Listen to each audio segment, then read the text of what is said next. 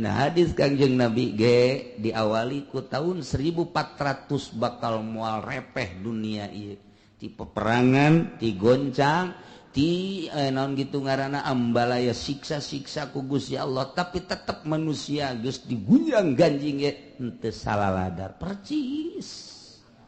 jasa ti Kangjeng Nabi ke kadenge tsunami di anu sugan tobat ka Gusti kadenge ke gempa di anu sugan tobat kadenge deui ku angin sugan tobat kadenge deui di hujanan berbagai siksa mungkin hujan bangkong hujan getih hujan nanah hujan batu tetep jelema teh tidaikeun tobat ka Gusti Allah Subhanahu di tahun 1400 sampai tahun 1500 di tahun 1500 didinya bakal kalaluar nu bakal dicaritakeun engke dina kitab Qurtubi teh Mahdi teh Dajjal teh turun Kangjeng Nabi Isa alaihi salam kemudian kitu dabatul ardi ieu bakal talurun mulai ti tahun 1500 Hijriah. Allahumma ya qadiyal hajat Allahumma ya qadiyal Senin barang keur beuting dihitung-hitung dibolak-balik pan jadi minggu atuh. Jadi kabeneran poe ieu keur minggu itu teh diumumkeun jadi poe ieu teu puasa. Alhamdulillahirabbil tarolo teu puasa alhamdulillah. Tadina tatagenan kabuatan batur bae ternyata barang dioprek-oprek dihitung orang jatuhna poe ieu ya tanggal hijina sakali deui poe minggu dibolak-balik dihitung Masya Allah aya nu nanyakeun sababaraha urang ka kula memehna kula neuleuh almanak eta Senin atuh disenenkeun bae ternyata horeng ayeuna tanggal hijina minggu geus minggu Senin Salasa jadi urang lebaran poe Salasa insyaallah bareng aya nu nyieun Senin eta akhir teuing sebab ijtima'na bareng meunang teh Sabtu ijtima'na Sabtu waduh bareng malam mingguna 3 darjah jadi tadi penting teh 3 darjah berarti tanggal hijina ayeuna sakali deui tanggal hiji haji adalah jatuh pada hari Minggu 3 darjah setengah imkan ru'yat jasa jadi lamun tanggal hijina ayeuna lebaran tanggal 10 berarti minggu Senin Salasa lebaran poe Salasa gede pisan faedahna dina Al-Qur'an dijelaskeun wal fajri walayalin ashr wasyaf'i wal watr wal laili idza yasr al ayah wal fajri demi waktu fajar waktu subuh walayalin asrin asar jeung sapirang-pirang peutingan 10 yakni 10 poe bulan haji eta mah lain bantrak-bantrakeun artina pohara pisan agung setiap lebaran diawali ku puasa lebaran Idul Fitri diawali ku puasa Ramadan lebaran Idul Adha lebaran kurban diawali ku 2 poe puasa yakni tarwiyah jeung lamun lebaran Salasa berarti Senenna eta adalah Arfah poe mingguna minggu hareup berarti tarwiyah sunah puasa 2 poe tarwiyah jeung Arfah nu leuwih bagusna puasa teh ti tanggal hiji ayeuna nu bagusna mah bab Poe ieu teh poean di mana Allah Subhanahu wa taala ngahampura kana kasalahan Kangjeng Nabi Adam alaihi salam. Yaumul ladzi ghafarallahu fihi li Adam alaihi salam awwala yaumin min Dzulhijjah. Poean awal bulan haji tanggal hiji mengenang masa lalu Kangjeng Nabi Adam. Kangjeng Nabi Adam dihampura seluruh kesalahan jeung dosana dina tanggal hiji bulan haji. Mentak man shoma zalikal yaum saha jelema nu puasa di poe eta tanggal hiji bulan haji ghafarallahu lahu kulla dzambin bakal dihampura sakabeh dosa ku Gusti Allah. Nu can ngadaharna naon poe ieu meunang puasa. Nu geus barang dahar mah tinggal engke balik ngaji dahar deui bae. Tegok dahar. Teu bisa asal geus kaasupan naon teu bisa. Jadi poe ieu nu teu puasa ieu coceng berarti teu digunakeun kana puasa. Ngan sanajan urang teu puasa, kula ge teu puasa padahal mah nyaho. Nyaho ngan teu puasa. Nu mentek teu puasa ya rahasiahan. Akur cenah, tu moal aku rahasia. Nu jelas mah urang kuari tutupan poe ieu jatuh puasa isukan urang mudah-mudahan babarengan kabehan puasa terus datang ka poe Senin ngan poe ieu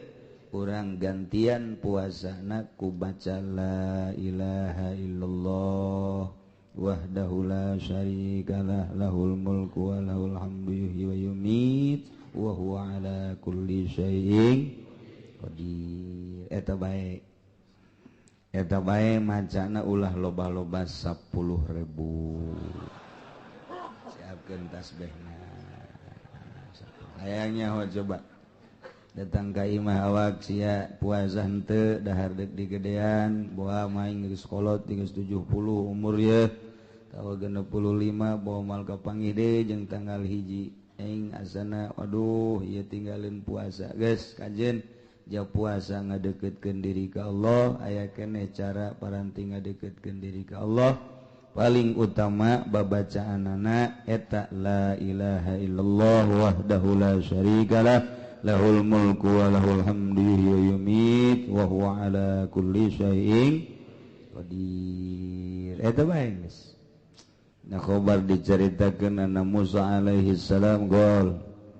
Ya Rabbi cek Kangjeng Nabi Musa da'autu falam tujib da'wati abdi ngadua ka Gusti tapi ku Gusti teu diijabah doa abdi. Fa'alimni sayan aluka bihi.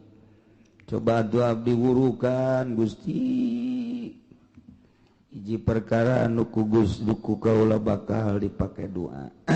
supaya diijabah Gusti. Tidinya fa'auhallahu ta'ala ilaihi Allah ngawahyuan ke Kangjeng Nabi Musa saur Gusti Allah ya Musa idza dakhala ayyamul ashri min Dzulhijjah qul la ilaha illallah di mana-mana asup poean 10 bulan haji dimulai tanggal hiji ayeuna qul baca kumaneh la ilaha illallah aqdi hajataka kuring bakal nohonan nyumponan ngaijabah kana kabutuh anjeun sebab la ilaha illallah teh lain sambarangan tapi cak Kangjeng Nabi Musa ya Rabbi kullu ibadika yaquluha tama sakabeh hamba ge jang ngomong la ilaha illallah mah kabehan ge cak Allah ya Musa man qala la ilaha illallah fi hadzal ayyam marrah la ilaha illallah na dibaca di poe ieu sabalik sakali doang poe ieu maca la ilaha illallah sakali laudiat lamun bae ditenden as-samawati sab langit 7 lapis wal aradun bumi 7 lapis di hiji CCP ditimbang kurang la ilaha illallah di sabelahna deui bumi langit sabelah ditimbang kurang la ilaha illallah sabelah deui eta la sakulat beratan keneh la ilaha illallah asal dibacana di kuari eta ditebut tanggal 10 ieu di tanggal hiji datang tanggal 10 ta eta la ilaha illallah anjeun nabi nambahan tina eta teruskeun la ilaha illallah wahdahu la syarikalah lahul mulku wa lahul hamdu wa yumit wa huwa ala kulli syai'in qadir baca ulah kurang di 10.000 ulah ka mana-mana geus mulai ti kuari tang ka imah langsung ngonci maneh pamajikanna bingung aya naon cenah ke haji suka kamar pleng keluar ke asar atau zohor asup deui ka kamar keluar di asar asup deui maghrib keluar deui eta tanya ku pamajikanna kaji kok beda poe ieu aing ieu keur ngembat la ilaha illallah ieu 10.000 hayang nyawa coba ieu itu poe-poe kamari mah aing teu kaburu kuari nyempetkeun diri maca la ilaha illallah wahdahu la syarikalah lahul mulku wa lahul hamdu wa yumit wa huwa ala kulli syai'in qadir. Lamun puasa poean kadua wal yaumul tsani istajaballahu du'a Yunus alaihi salam poean kadua diijabah doa Kangjeng Nabi Yunus alaihi salam fa akhrajahu min batnil huti wa Allah dikaluarkeun tina beuteung laut nun di jero lauk macana la ilaha illa anta subhanaka inni kuntu minaz zalimin fastajabna lahu wa najainahu minal ghammi wa kadzalika nunjil mu'minin aya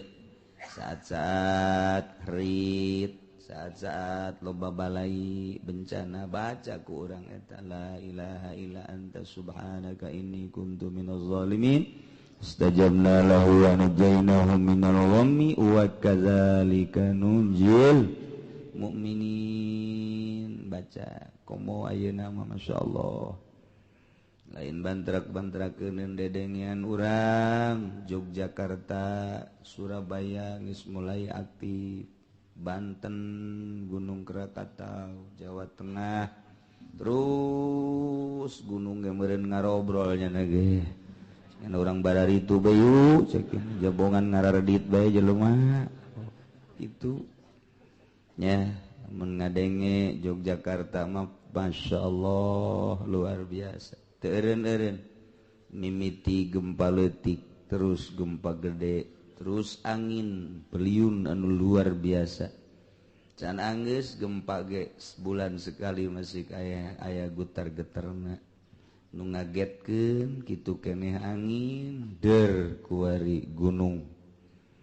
nu diawali ku teu sabaraha tapi kuari kabahayaanna makin memuncak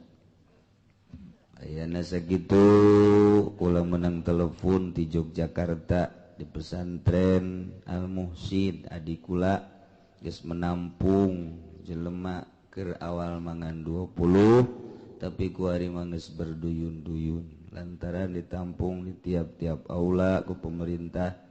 tiap-tiap pondok pesantren anu bisa menampung ieu geus teu kabayangkeun 2 poe ka tukang malam Jumat eta mah pohara jasa ledakanana sehingga anu daratang kadinya lain sakadar lebu jeung pasir tapi kerikil-kerikil batu-batu mangkaning batuna teh mawa seuneu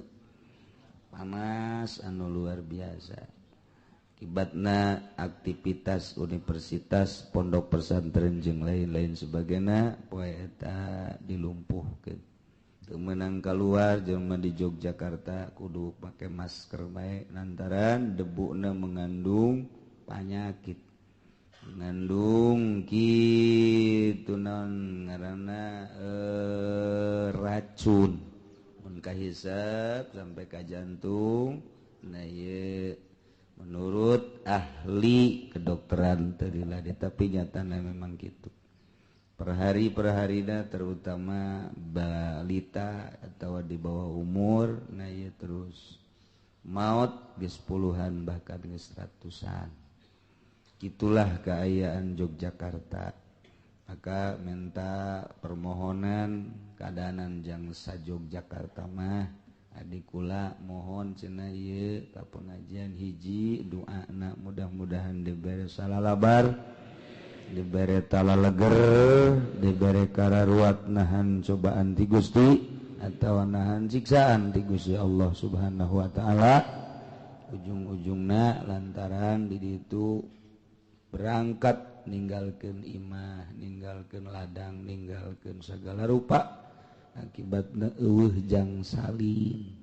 Ku ayana sakitu dipersilakan urang ngumpulkeun baju urut deui.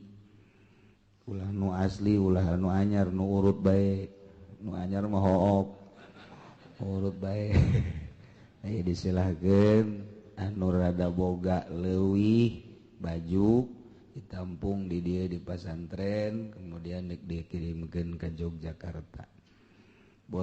kadanan jang saantero Jogja ieu mah jang anu ngararendong di imah eta di pondok pesantren adikula yakni pesantren Haji Mahasiswa Al Muhsin. Nu kuari geus berduyun-duyun terus ka mana bae nyelapna. Ialah nu boga atuh 5 cokot hiji, nu boga 4 cokot hiji, kumpulkeun dipersilakeun diunggal lembur raju bawa tak kade ke kukula dikirimkeun ka ditu cara ngirimkeun nama babari.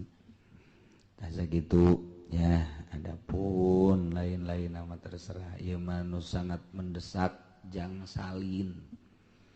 Mun ngadenge ieu ngisang ge hese. Ngisang ge hese sebab jelema atuh kitu numpuk cai keterbatasan beunana tah kitulah jadi urang kitu bela sungkawa ka dulur-dulur urang anu keur meujeuhna pohara jasa disiksa ku Gusti Allah akibat ulah manusia nu zina ambalayah di Yogyakarta. Judi luar biasa, mabok pohara jasa. Iyalah ku Allah teu eureun-eureun ditegor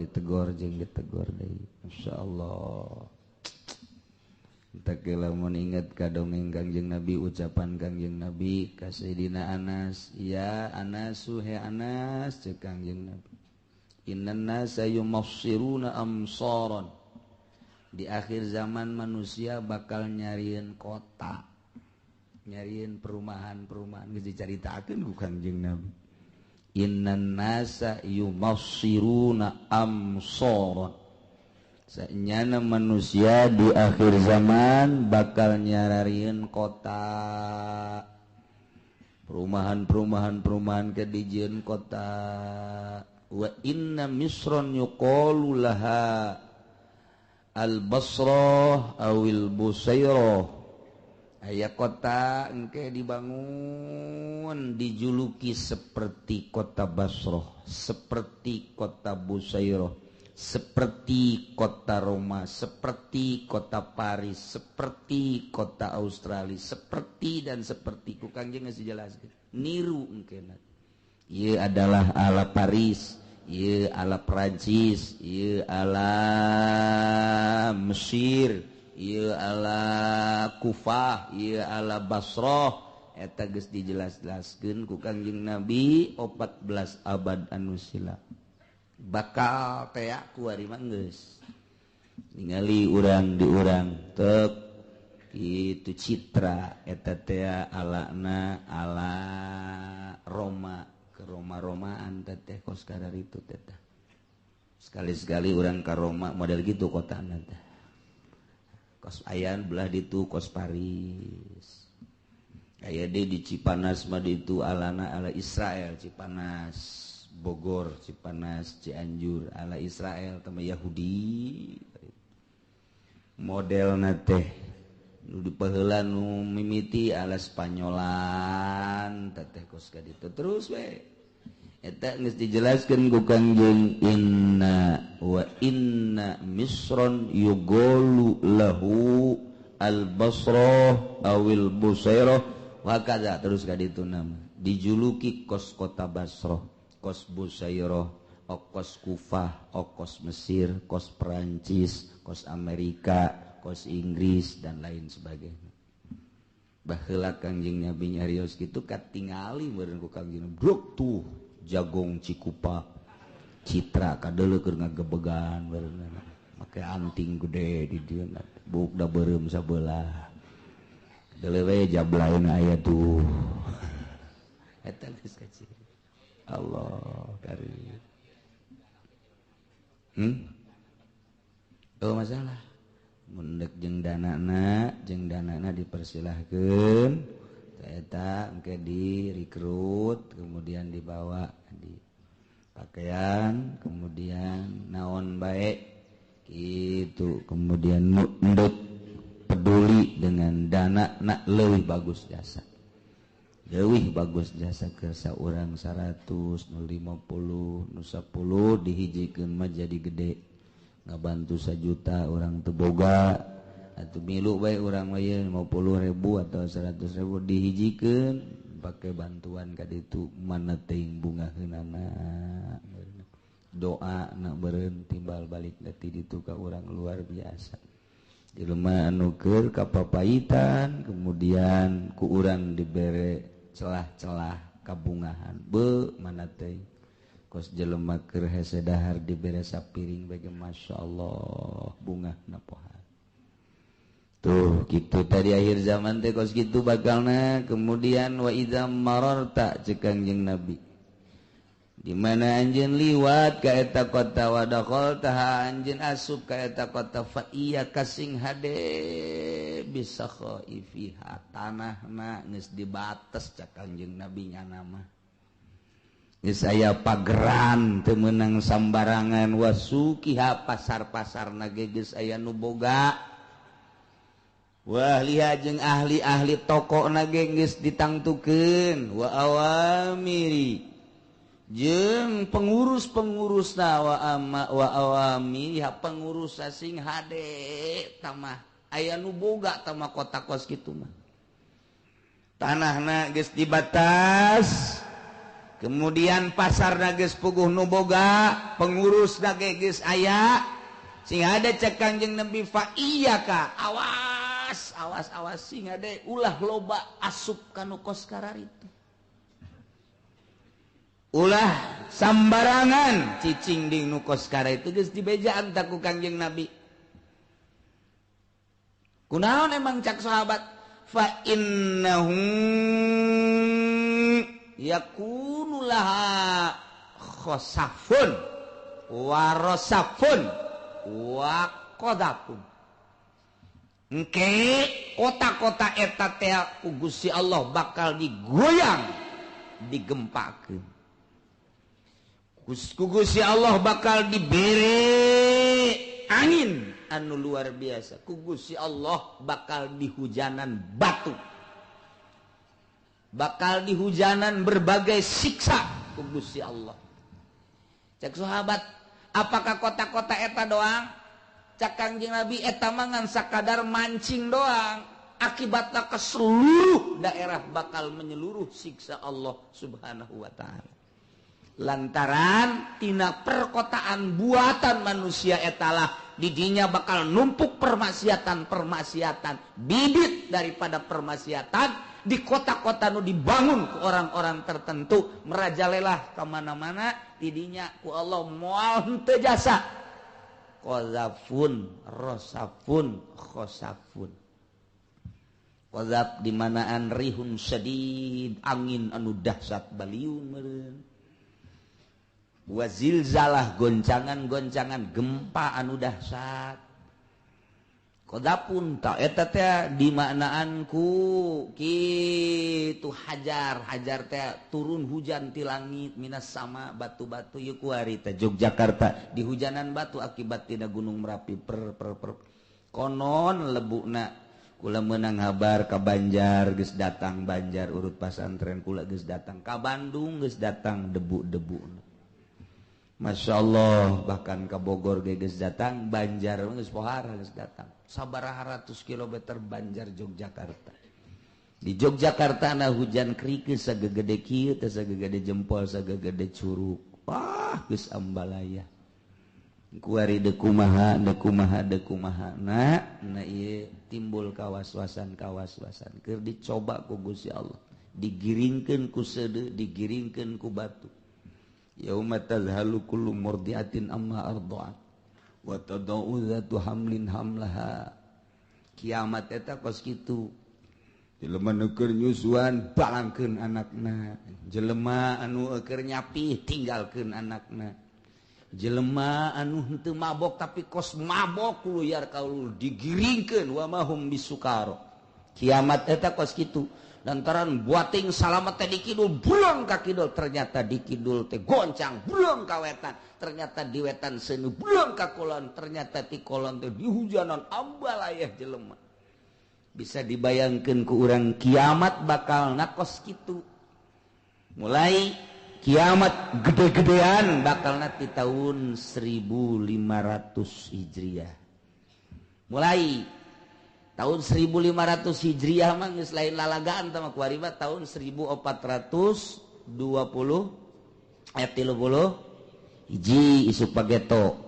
kuari 30 hiji isuk 32 jadi ka tahun 1500 sabaraha deui masih sabaraha tahun keneh bra 69 tahun di anak urang mah di incu urang mah tafsir sawi geus gajelaskeun ku kula moal dicaritakeun ayat namun sering macaan tafsir bakal kapanggih tahun 1500 dina tafsir Fakhrul Razi tahun 1500 tafsirul ahkam tahun 1500 dina hadis Kangjeng Nabi ge diawali ku tahun 1400 bakal moal repeh dunia ieu ti peperangan ti goncang ti naon gitu ngaranna ambalaya siksa-siksa ku Gusti Allah tapi tetap manusia geus digunjang ganjing ge henteu salaladar percis jasa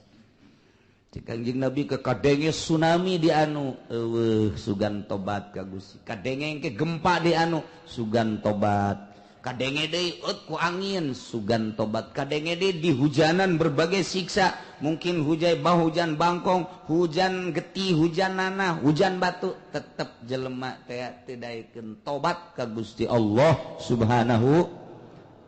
di tahun 1400 sampai tahun 1500 di tahun 1500 didinya bakal kalaluar nu bakal dicaritakeun engke dina kitab Qurtubi teh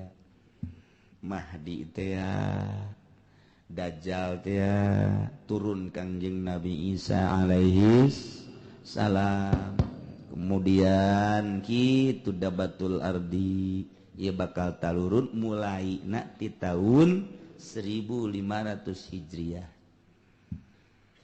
jadi teu 100 tahun deui ieu kajadian nu dahsyat kuari dajjalan geus aya timbul di Amerika puluhan ribu bahkan ratus ribu jelema narurut di urang cak Kangjeng Nabi bakalna unggal nagara loba nu ngaku nabi di Garut kabari anu ngaku nabi Garut di Bandung aya nu ngaku nabi di Garut di Leles aya jelema ngaku nabi jadi lamun urang ngimankeun ka nya teh mah nabi kula urang Leles isin ngadengeun ge di Leles aya kadu gitu kolot-kolot ngora kadu ngora eta geus aya nu ngaku nabi Masya Allah karimnya ieu ucapan Kangjeng Nabi urang mah ngaji hadis atuh meureunnan jang ngajina ge mingguan ieu teu kukula dicaritakeun ala kadarna beta innan nasa ya anasu innan nasa yumassiruna amsaron di akhir zaman umat kula engke bakal nyarieun kota-kota wa inna misran yuqalu lahul basrah awil busairah dijuluki engke bakal ngaran-ngaranna model Basrah model Busairah model Roma model Paris model Israel Perancis kitu Spanyolan Amerikaan geus aya bukti kuari bukti jasa ucapan Kangjeng Nabi pas jasa kuat sehingga dewa idza mararta biha wa dakhaltaha anjeun di mana ngaliwat kadinya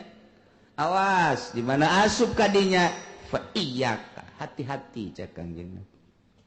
bisa khaifiha tanahna geus dibatas sing hade wasukiha pasar-pasarna sing hade toko-tokona sing hade awamir-awamir pengurus-pengurusna sing hade jasa ulah sambarangan asup kadinya ulah loba asup kadinya atupan kuari mah lain diulah-ulah ku Kangjeng Nabi malah kadarinya diulah-ulah ku Kangjeng Nabi ulah-ulah nu rame dipuri bae dipuri ya deleukeun ke asar macet nyaho jelema nyaho juring macet encan di Citra mah encan di ditu di Serpong Gading Serpong encan di BSD dan di perumahan-perumahan lain wallahu alam eta jelema geus dikitukeun bae nalurina teu puguh teu karudaratang kadinya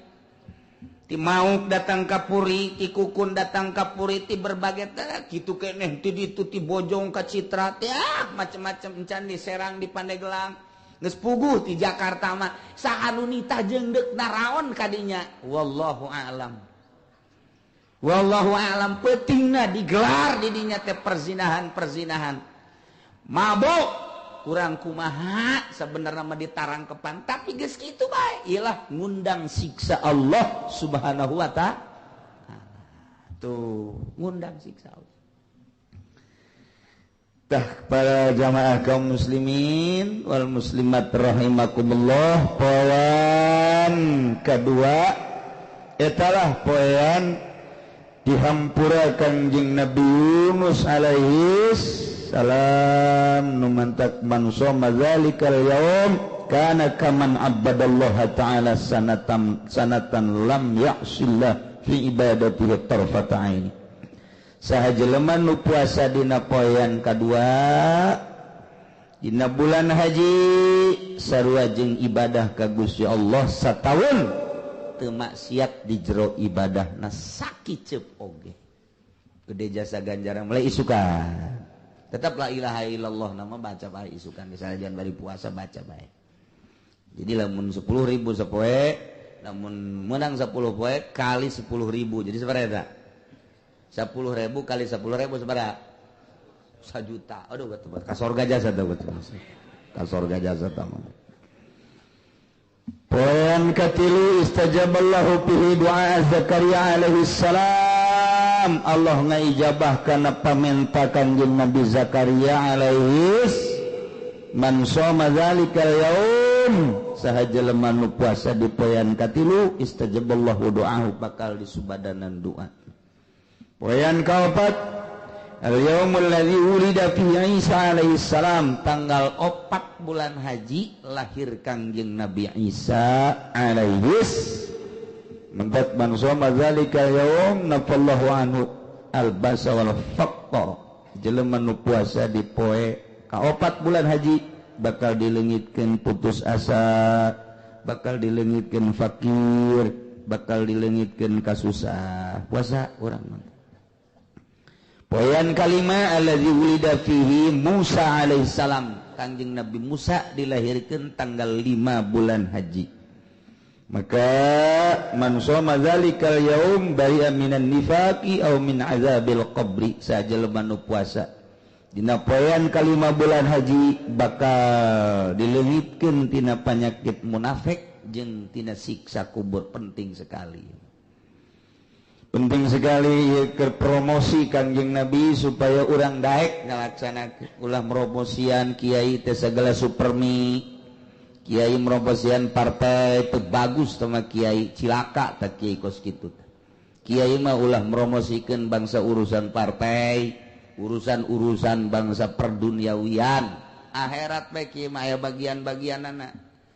yang propaganda urusan nu kos kitu mah betul bae nu kararitu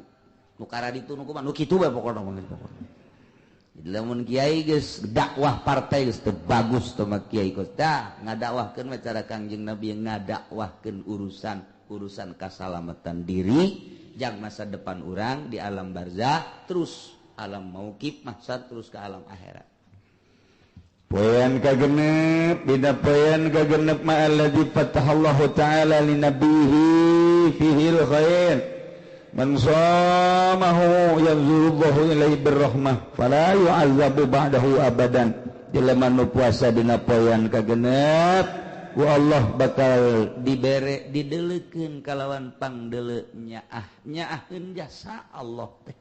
sehingga ku nyaah-nyaahna fala yu'adzabu ba'dahu abadan moal disiksa urang salilana terus geus dipake ka nyaah ku Gusti Allah Subhanahu wa ta'ala. Poean ketujuh allazi al-yaumul ladzi yughlaqu fihi abwabu jahannam wa la tuftahu hatta tamdiya ayyamul ashr. Poean ketujuh poean ditutup digembok lawang-lawang jahanam geus teu dibuka deui. Jadi lamun urang puasa man shamahu aglaqallahu anu 30 baban minal asr. Saha jelema anu puasa di poean ketujuh pokona mah ku Gusti Allah digembok dikunci 30 lawang tina kasusahan minal asri fatahalau 30 baban minal yusri dibukakeun 30 lawang kabungahan jeung kagampangan. Poean kadalapan dingaranan poe tarwiyah nayalah man shamahu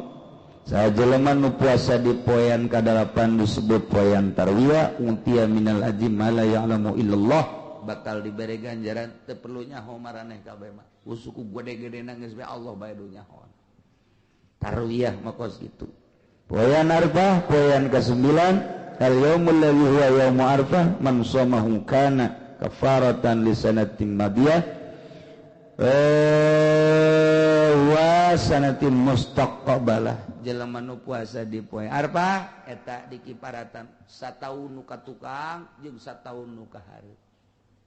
Entak urang babarengan mulai ti poe ieu kuduna mah kulantaran poe ieu urang geus kaliwat na ieu urang cocokan eusian tambal ku maca Quran maca sholawat terutama maca la ilaha illa anta subhanaka inni kuntu minal la ilaha illallah wahdahu la syarikalah lahul mulku wa lahul hamdu wa yumitu wa huwa ala kulli syai'in eta 10.000 Yahir tanggal 10 eueuh deui paling ku Gusti dihormati jelema ibadah mencit hewan yakni mencit kurban ma amila ibnu adam yauma nahri min amalin ahabba illallah ta'ala min iraqatid dammi. Teu beramal anak Adam dina poean lebaran sampai tasreka ditu tina hiji amal nu leuwih dipake karesep ku Gusti Allah tibatan ngocorkeun getih. Urang boga duit guari 1 juta balikeun ka embe nyaho datang nyaho henteu umur urang ka hareup. Boga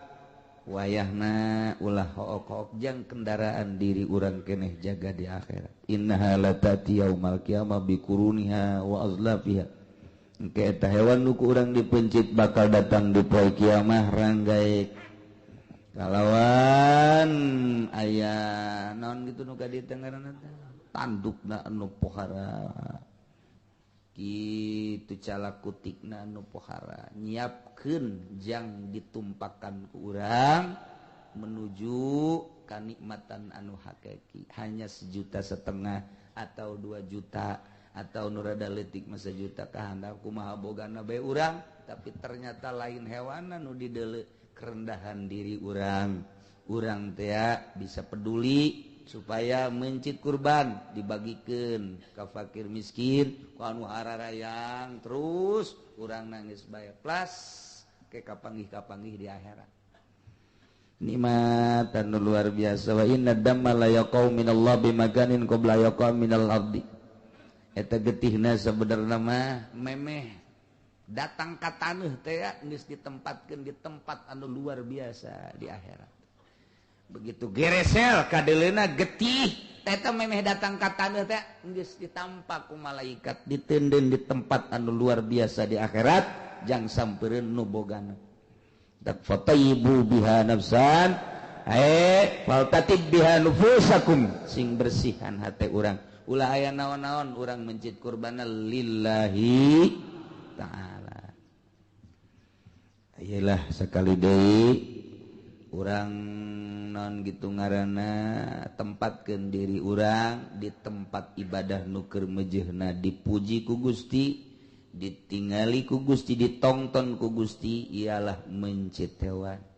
Urang taqarrub ka Gusti mencit kurban hiji sampeureun jaga. Nomor kadua ku ayana urang mencit kurban, mudah-mudahan we balai-balai cobaan-cobaan siksaan-siksaan nu keur mejehna ku ari ambalayah kadenge ku urang disalametkeun ku Gusti Allah Subhanahu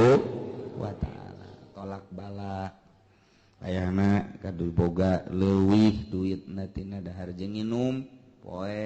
lebaran datang ka tasrek ka ditu, nah iyalah mencitlah hewan nu boga mulai ti sapi, munding, onta, tujuhan atawa embe sorangan ku hayang-hayang amat mah tapi na urang teu boga duit, hayam jago ge eueuh masalah nurutkeun cek riwayat Ibnu Abbas. Hayam jago ge teu boga aya ge bebek ge eueuh masalah. Bebek ge cenah ye mah teu boga ya piit bae. Manuk piit bae meuli nu leutik. Aju kasahakeun cenah kieu piitna ka fakir miskin keun atuh. Sadegeun nu fakir mah kula doang dahar ku sorangan haba. Ulah hese-hese geus. Nyana nu korbannya hana nu ngalebok, oh masalah.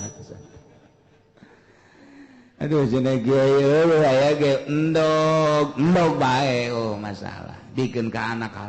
bagi dua saring sapotong. Sapotong anak, sapotong nyana niatan korban. Tuh gitunya luas luar biasa. Urang ngan sakadar dielingan yeuh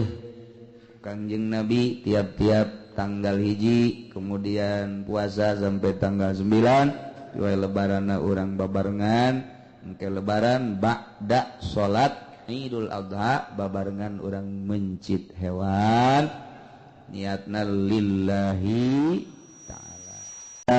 Gaduh putra diantarana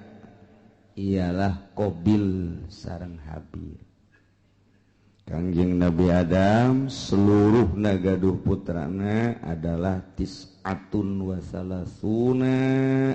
39. Boga anakna 39 Kangjeng Nabi Adam. Dunia sakieu legana dieusian ku 39.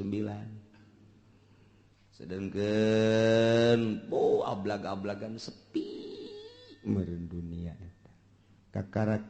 Kangjeng Nabi Adam, Siti Hawa, haju anaka ngan ari Qabil mah Qabil eta cak sariwayat mah lahirna di sorga, ari Habil mah lahirna di dunia di dia di bumi. Cak sariwayat Qabil mah Qabil eta kelahiran sorga nya nama tah. Qabil, ari Habil mah kelahiran bumi. Supaya rada cepet Gusti Allah teh ngalobakeun makhluk, maka ngalahirna ieu Siti Hawa sakali lahir sajodo dua lalaki awewe lalaki awewe kitu bae tah sajodo tah kabeneran Qabil mah ngajodokna ieu jeung hiji awewe nu ngaran Iqlima gelis. Ai Habil sajodona jeung Labuda rada kurang gelis.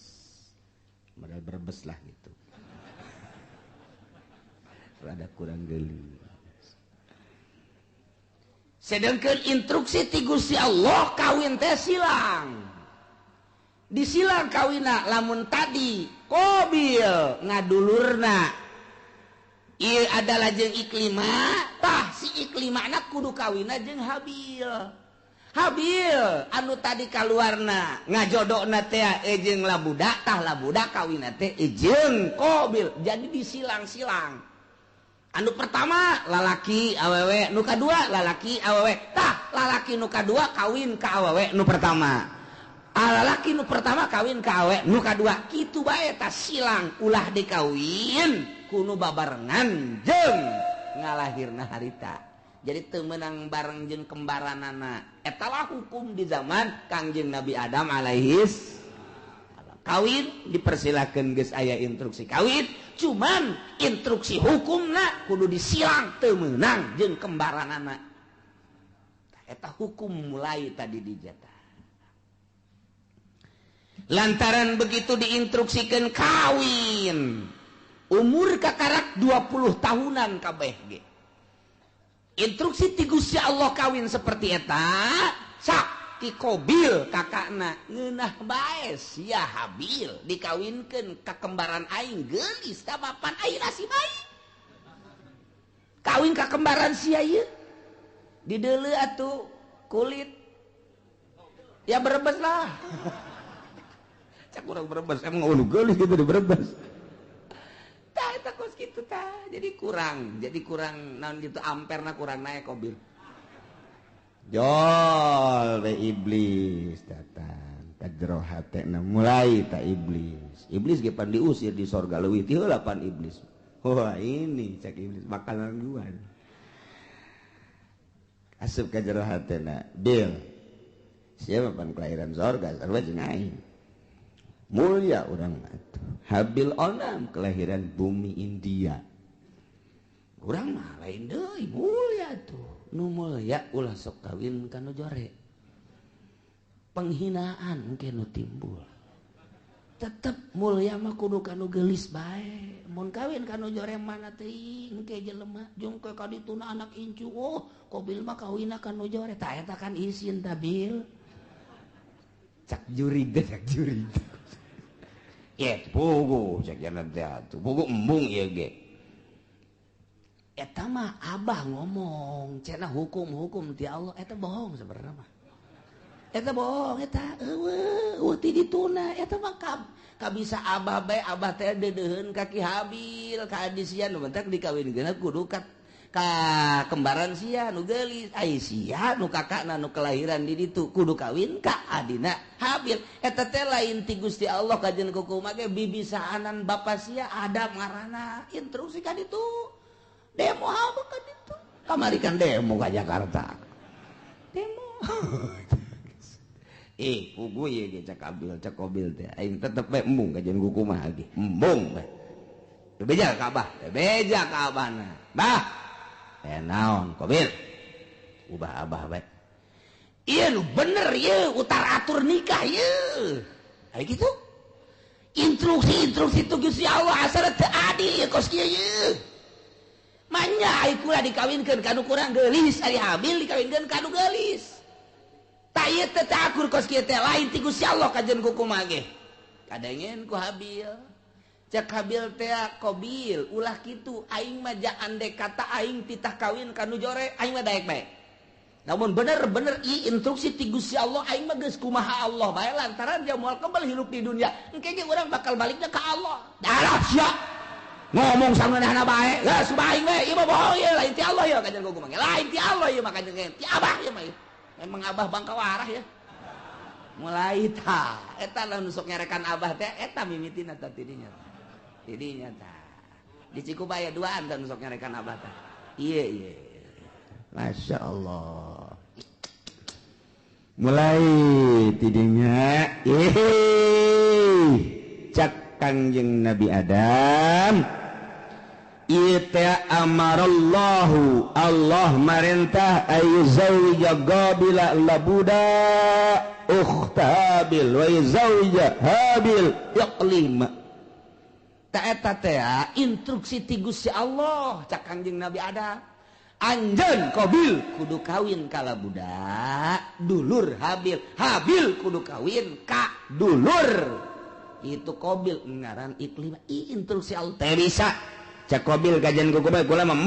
embung kajian kukumaha tetep kula mah sakali embung sebab ieu kula mah teu percaya bahwa ieu teh hukum ti Gusti Allah teu percaya mulai kakarak aya sakituan ge hukum Allah geus ditentang cek urang mah tuh kakarak tarurun ti sorga pan mah tah saeutikan keneh jelema teh atuh mantak naon narurut ka Kangjeng Nabi Adam henteu tanggeus mulai henteu nurut ya Allah terus bae iblis teh daekeun leupas ti Qabil ieu mah kajian kukumaha kudu selesaikeun masalahnya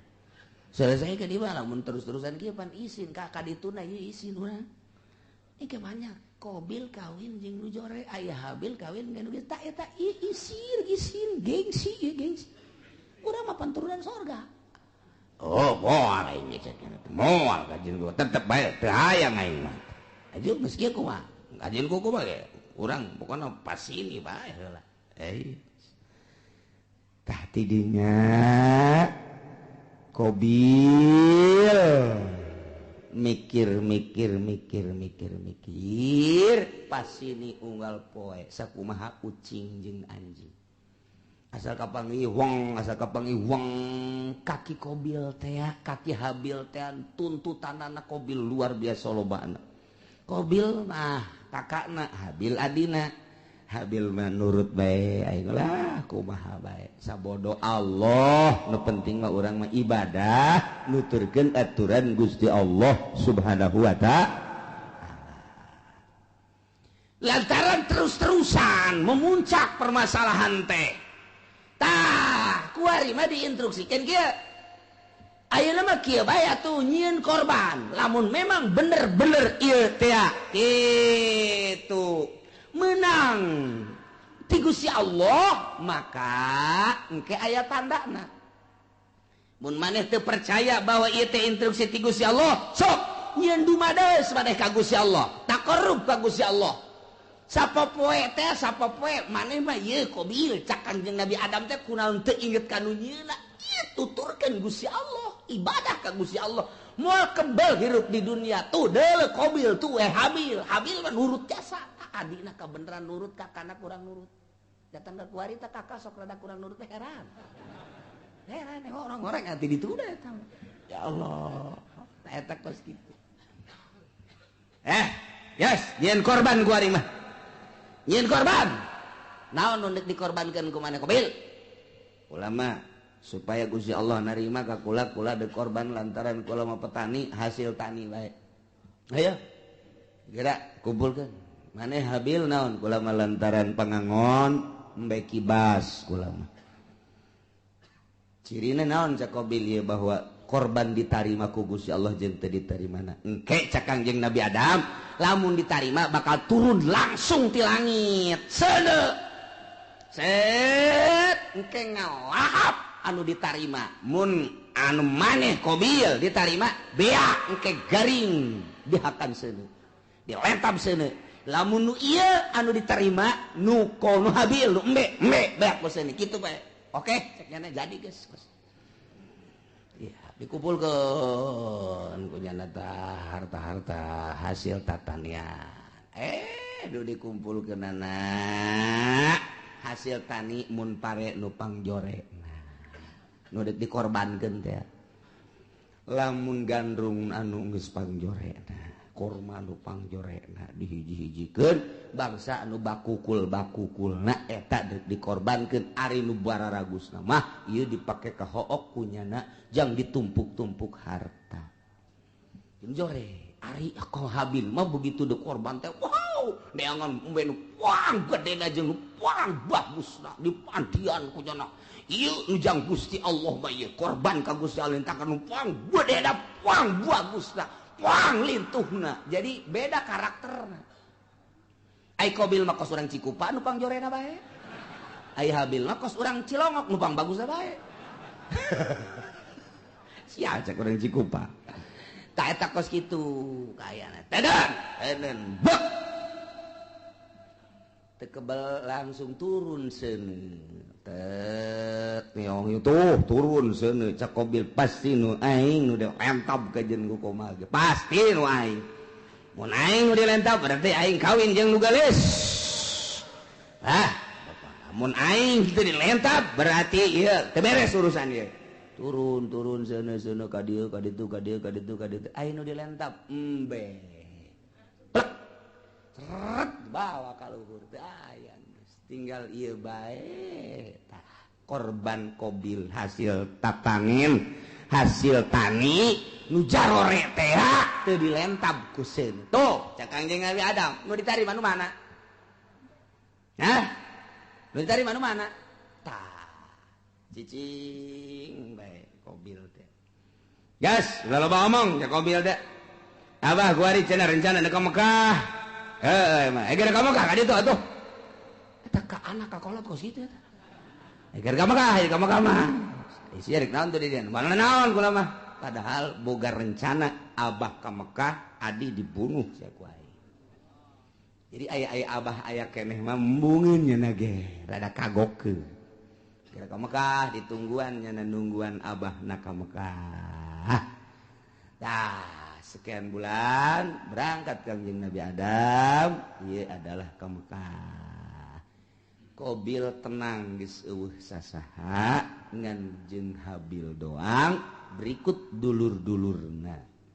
jadinya lah mulai nyana dendam kesumat hasud anu luar biasa di jero hatena hayang ngabunuh Habil ieu lah cerita eta dicaritakeun ku Gusti Allah dibejakeun ka Kangjeng Nabi urang Kangjeng Nabi Muhammad sallallahu alaihi wasallam naon ieu nu matak dibejakeun tah kamari Yahudi kamari musyrikin munafik teu percaya ka Kangjeng Nabi ulah kaget Muhammad munafik teu iman ka anjeun musyrikin musuhan ka anjeun kapirin ngamusuhan ka anjeun cikene nu kamari dicaritakeun teh ngamusuhan ka anjeun horenganan baheula ge takarak ge turun ti sorga ka dunya ieu anak incu Kangjeng Nabi Adam anakna sorangan Qabil geus boleh teu percaya ka Kangjeng Nabi Adam geus teu iman ka Gusti Allah malah ngabunuh adina nu ngaran Habil dicaritakeun ka Kangjeng Nabi abeh Kangjeng Nabi ieu tenang tentrem adem sebab lamun teu nurut jelema ka Kangjeng kemudian Kangjeng Nabi na teu dihibur manusiawi kan Kangjeng Nabi sifat kemanusiaan apa aing teu diturut aya kitu mah aya dongeng-dongengna tah Kangjeng Nabi Isa ge teu diturut jah heueuh tuh Kangjeng Nabi Adam ge teu diturut jah heueuh atuh kong aing abeh kitu entek tenang Kangjeng nah ieu lah didongengkeun ku Gusti Allah melalui ayat watslu bacakeun ku anjeun ya Muhammad he Muhammad alaihim atas kaum anjeun baheula dibacakeun ku Kangjeng di Madinah terus disampai-sampaikeun ku umum ku sahabat disampaikeun ku tabiin disampaikeun ku atbat tabiin ku ari poe Minggu disampaikeun ku ari ku urang kadenge ta dongeng eta teh ta ieu ayatna bacakeun Muhammad ka kaum anjeun naon nabaab ni Adam berita anak dua Kangjeng Nabi Adam alaihis nu ngaran Habil jeung Qabil caritakeun bil haqi kalawan sabener-benerna il qurba qurbanan waktu Qabil jeung Habil ieu diperintah dumadeheus ka Gusti Allah nyin kadeus nyin kadeheus nyin takrub melalui kurban ilallahi ka Gusti Allah nu dilaksanakeun ku Habil makibas Qabil mah hasil tani yakni zar'u patukubila min ahadihima ditarimana ti salah sahijina hungkul nyaeta nu ditarima nu Habil ari nu Qabil mah teu ditarima walam yutaqabbal minal akhar kasimpulanana korban Habil mah diterima cirina dilahap seuneu Qabil mah teu ditarima cirina aya bae di dinya teu robah-robah ti dinya lah mulai Qabil bendu ka Habil nyimpen di jero hatena hasud anu luar biasa nungguan Kangjeng Nabi Adam munggah haji teu Kangjeng Nabi Adam munggah haji ngaharep Qabil ka Habil abah geus eueuh emak geus eueuh tinggal nyana bae Habil aya naon ka dieu aya naon cak Qabil la aqqa tulan bang aing bakal ngabunuh sia bunuh sia ku aing cak Habil qala 5 kok main bunuh-bunuh bae emang aya naon mana kurban mana mah diterima kurban aing henteu ge atuh teh urusan Gusti Allah tah mah cak Habil teh innama yataqabbalullahu minal muttaqin nu ditarima teh jelema anu sieun ka Gusti Allah mukmin muttaqin ditarima ieu teh ditarima teh mah tuh urusanna kurang takwa berarti teh mah ulah ngabunuh kula ka Gusti Allah kan teu bisa gara-gara sia aing bogoh mah boluh sia ku aing geus bebeneran ditutur-tutur bae geus diagag-agag bae geus dikieu-kieu bae leungeun cak Habil cak adenaka dengan bahasa anu lemah lembut ka laim basatta iyadaka ma lain basatta ilayya iyadaka litaqatulani ma ana bibasiti yadiya ilaik liaqatula bahasa lagi daheun Habil ka dek ngabunuh bae jak urang mah ieu azan sararieun jasa ka Gusti Allah lain basatta yakin pasti nyata lamun kakak ngagerakeun leungeun kakak manjangkeun leungeun kakak ngulurkeun leungeun kakak dek nampiling ka kula kakak dek nyabok ka kula kakak dek kabunuh ka kula ma ana bibasiti yadia ilaik kuring memual kudu males uluran tangan kula memual nyabok ka kakak kula memual ngabunuh di eueuh saeutik terbersit di jero hate hayang ngabunuh eueuh saeutik hayang males kakak ngabunuh kula mah dek cicing bae kakak nampilih kula mah cicing bae kakak dek jawab kula mah cicing bae pokona mah kula memual ngabunuh sama sekali silakan kumaha kakak bae lantaran ini akhafullah rabbal alamin sieun jasa ka Allah eta Habil mah bahasana anu luar biasa inni uridu an tabu'a bi ismi wa ismik fatakuna min ashabin nar cak Habil teh asanyana kaula teh ieu adalah sieun jasa ka Gusti Allah lamun sampekeun ka kakak ngabunuh ka kula atuh meureunanan seakan sing kuring teh kula teh ieu berharap kakak teh ke bakal balik ka akhirat teh mawa dosa kula jeung dosa kakak sorangan memeh ngabunuh kula ge kakak geus loba jasa dosana ditambah jeung dosa ngabunuh ka kula duanana dibawa ku kakak engke kakak di akhirat fatakuna min ashabin nar atuh engke bakal jadi ahli neraka tah ieu bahasana luar biasa aya bahasa inni uridu an tabu'a sanyana kaula ngarepkeun kana yen babalik berarti boga harepan lain boga harepan lantaran eueuh maksud males ngabunuh seakan kos nu mengharap nyana teh dibunuh lain mengharap dibunuh urusan dibunuh mah mangga kumaha kakak ngan kula henteu ngamaksud dek ngabunuh lantaran kakangjeng Nabi ge al-qatil wal maqtul finnar jelema nu ngabunuh jeung nu dibunuh sarua pada asup ka neraka lamun anu dibunuhna boga niatan hayang ngabunuh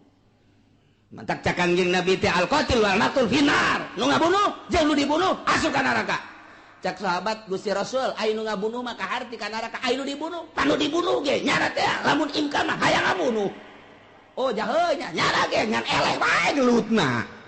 kulantaran eleh kabunuh jangan lagi hayang ngabunuh hayang malas eta dumatak al-qatil wa maqtul pindah Habil mah eueuh maksud ngabunuh kulantaran eueuh maksud ngabunuh dengan bahasa anu lemas disebutna al-kalamul jami'ul mani mun cek ahli dilagah mah nu mantak bahasana inni uridu an tabu'a bi ismi wa ismika fatakuna min ashabin nar geus pihartieunana aduh kakak lamun kakak sampai ka ngabunuh ka kula jak kula mah moal ngalawan teu hayang ngabunuh deui ka kakak atuh engke berarti kakak teh mun balik ka ditu teh mawa dosa dua dosa kakak memeh ngabunuh jeung dosa kula atuh engke di akhirat meureun pinuh ku dosa mangga sakumaha kakak bae kula mangan sakadar nasehatan doang sia ngomong ke situ balangan nasehatan sakadar wah ini teu bisa diomong ku kumaha masya Allah. Tah gitulah akhirnya kumaha dah langsung ditikem sanggeus sadikit tikem bingung aing ngabunuhna kumaha ieu can aya pembunuhan pan harita can aya pembunuhan cara ngabunuh ngaleungitkeun nyawa artina ieu ku sabab dikumahakeun lah bingung dijotos besi teu bae digebug besi teu bae dikumahakeun ieu dikumahakeun bingung nyana nyana mikiran ngabunuh ge bingung lantaran can pernah aya nu ngabunuh pan harita mah. Manusia pertama nyana eta anak Kanjeng Nabi Adam anu ngamimitian dek ngabunuh, datang ka ngabunuh ge bingung kumaha carana. Ngalamun bae Habil geus aya bae di sisi dicekelan bae kieu dek dibunuhkeun bingung cara ngabunuhna kumaha. Cara ngabunuh sok iblis asup deui ka jero hateun. Aya sia bodoh-bodoh teh atuh ngabunuh bae heseun mah. Cak iblis ya. Atuh teu kumaha aja can urang anu dibunuh. Japan ieu manusia kakara ge urang doang. Ngomong we nya di jero hate jeung iblis. Ya kadeulekeun ya. Kadeulekeun ya. Cat bae iblis teh keluar nu hiji. Tek. Garep ngarupa nya jeung iblis tu saja gelut di bareng gelut nu hiji dicekel tek dikahadapkeun terus jokot batu digebukeun blek kana huluna. Hai. Oh, tak kitu ngabunuh mata. Jadi dicontohan ku sakadang iblis. Masya Allah, tuh gitulah. Kobil teh oh jaheu babarinya. Eta iblis nu hiji pae, kakara pae geus pae. Nah, Habil ku aing geus bisa. Sebab aing geus kuliah aing. Kuliah ngabunuh aing geus. Di saha kuliah ngabunuh nang saya dosen iblis. Langsung bae nurutan iblis. Jadi diperagakeun ku iblis cara ngabunuhna. Mantak cekel tujahkeun langsung liak nyokot batu nu gede diangkat ku Kobil gejretkeun kana huluna gujret kieu syariat. Masya Allah. Kitulah bakal jadi ahli neraka wa zalika jazaa'ul zalimin. Nyana jadi ahli neraka babalas jelema nu zalimah tidinya lantaran keheul jeung keukeuh bae hayang ngabunuh fatawaat maka ngagoda zayanat ngahiasi lahu ka Qabil nafsahu kana nafsu naqatslahi kana ngabunuh dulurna nu ngaran Habil diperagakeun ku iblis faqatalahu maka dibunuhlah ku Qabil Habil dengan cara diperagakeun kos sakumaha iblis fa asbaha minal khasirin barang geus bae ngalangsa lantaran iblis kalaluar tina hatena ditinggalkeun kabur malah kadenge kaburna ge hayu sia cilaka Qabil cak iblis kan cilaka sia Qabil cak iblis aing geus teu tanggung jawab aing ge ieu doraka setik di sorga turun ka handap baheula kalantaran teu percaya ka adab aing dilaknat ku Gusti Allah sia ku ari termasuk laknateun Allah aing teu tanggung jawab kumaha sia bae Qabil ceurik di dinya kadung ditangkep ku nyana aduh hadi can nyana ditangkep ku nyana masyaallah ieu aya ku kieu-kieu teuing ditangkep ku nyana bari ceurik nyaah jeung deudeuh diciuman geus pae kakak de kudu kumaha ieu teh kudu kumaha jelema geus Kanjeng Nabi Adam Siti Hawa ka Mekah adi-adina jararuh tinggalnya na doang duaan ditangkep ku nyana geus dibunuh lantaran iblis tak kalaluan mana teuing luar biasa sedihna Qabil harita neuk minta tulung ka mana ngan sakikituna jelema dibabawa ku nyana dipapanggul ku nyana ku deudeuh jeung nyaah deudeuh jeung nyaah dipanggul tok ka Masrik 60 km mamanggul bae dipanggul deui ka Magrib 60 km bulak-balik lantaran deudeuh jeung nyaah masyaallah kudu dikumahakeun atuh ieu adi diciuman deui dipanggul deui dicium deui dipanggul deui dicium deui dipanggul deui eta sakitu geus luar biasa 40 poe cak sakol maki kituan bage iblis asup deui geus dibunuh mah ulah sakaduhung-kaduhung moal hirup deui kajen kumaha ke moal hirup deui kudu kumaha tuh ieu kalanjutanana fa ba'asallahu ghuraba wallahu a'lam